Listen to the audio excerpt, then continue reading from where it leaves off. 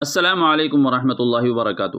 ناظرین کرام، تراویح کی دعا کے بارے میں حضرت مولانا مفتی طارق مسعود صاحب کی ایک ویڈیو کلپ سوشل میڈیا پر بہت تیزی کے ساتھ میں وائرل ہو رہی ہے۔ میں چاہتا ہوں کہ پہلے آپ اس ویڈیو کو سن لیں، اس کے بعد اس کے اوپر دارالعلوم دیوبند نے کیا فتویٰ جاری کیا ہے، ایسے ہی جامعہ علوم اسلامیہ علامہ محمد یوسف بنوری ٹاؤن سے اس کے بارے میں کیا فتویٰ ہے۔ چلیے پہلے آپ اس ویڈیو کو دیکھ لیجیے۔ 4 رکعت کے بعد یہ جو تراویح کی مخصوص دعا ہے وہ مجھے تو یاد بھی نہیں ہے، کیونکہ ثابت ہی نہیں ہے تو ہم نے یاد بھی نہیں کیا۔ وہ ذل جبروت والملکوت اس طرح کے کچھ الفاظ پڑھتے ہیں لوگ، تو یہ کسی بھی حدیث سے ثابت نہیں ہے۔ جیسا کہ آپ نے دیکھا کہ ویڈیو کے اندر مفتی طارق مسعود صاحب کہہ رہے ہیں کہ تراویح میں ہر 4 رکعت کے بعد جو دعا پڑھی جاتی ہے وہ کسی حدیث سے ثابت نہیں ہے۔ تو چلیے اس سلسلے میں دارالعلوم دیوبند کا فتویٰ بھی دیکھ لیتے ہیں کہ اس میں کیا لکھا ہے۔ دارالعلوم دیوبند سے سوال کیا گیا ہے، تراویح میں 4 رکعت کے بعد دعا سبحان ذی الملکی پڑھنا قرآن و حدیث سے ثابت ہے یا نہیں، اور اس کے علاوہ کیا اور کوئی دعا بھی پڑھ سکتے ہیں؟ اگر ہاں تو وہ بھی بتا دیجئے۔ تو دارالعلوم دیوبند نے جواب دیا ہے، تراویح کی نماز میں ہر 4 رکعت پر جو ترویحہ ہوتا ہے اس میں شریعت کی طرف سے کوئی خاص عمل، تسبیح یا دعا وغیرہ متعین نہیں ہے۔ ہر شخص کو اختیار ہے، خواہ وہ کوئی تسبیح پڑھے یعنی آہستہ آواز میں، قرآن پاک کی تلاوت کرے، انفرادی طور پر نفل نماز پڑھے، دعا کرے یا خاموش رہے۔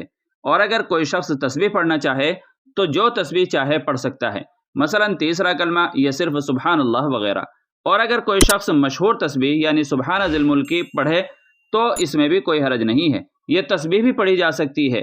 یہ تسبیح قحطانی نے منہج العباد کے حوالے سے نقل فرمائی ہے، جیسا کہ شامی میں ہے۔ البتہ یہ تسبیح سنت یا ضروری سمجھ کر نہ پڑھی جائے، نیز اجتماعی طور پر یا بآواز بلند بھی نہ پڑھی جائے۔ فقط واللہ تعالی علم۔ دارالفتاء دارالعلوم دیوبند۔ تو ناظرین کرام، یہ دارالعلوم دیوبند کا فتویٰ تھا۔ اب اس سلسلے میں دارالعلوم دیوبند کے فتوے کے بعد جامعہ علوم اسلامیہ علامہ محمد یوسف کا فتویٰ بھی دیکھ لیتے ہیں کہ اس میں کیا لکھا گیا ہے۔ چنانچہ ان سے بھی یہی سوال کیا گیا، ہر 4 رکعت کے بعد جو دعا پڑھتے ہیں کیا وہ احادیث سے ثابت ہے کہ نہیں؟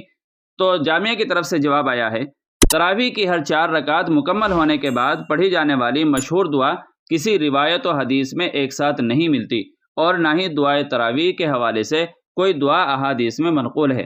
البتہ مختلف روایات میں وارد دعاؤں کو جوڑ کر عوام کی سہولت کی خاطر بعض فقہا نے اسے ترتیب دیا ہے، جس کے الفاظ درج ذیل ہیں: سبحان ذی الملک والملکوت، سبحان ذی العزت والعظمت والقدرت والکبریاء والجبروت، سبحان الملک الحی الذی لا یموت، سبوح قدوس رب الملائکۃ والروح، لا الہ الا اللہ، نستغفر اللہ، نسألک الجنہ ونعوذ بک من النار۔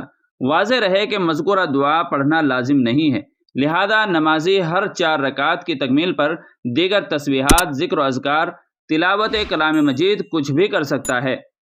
فقط واللہ عالم۔ دارالفتاء جامعہ علوم اسلامیہ علامہ محمد یوسف بنوری ٹاؤن۔ تو ناظرین کرام، دونوں فتاوی سے پتہ چلا کہ تراویح کی ہر 4 رکعت کے بعد جو دعا پڑھی جاتی ہے وہ کسی احادیث سے ثابت نہیں ہے۔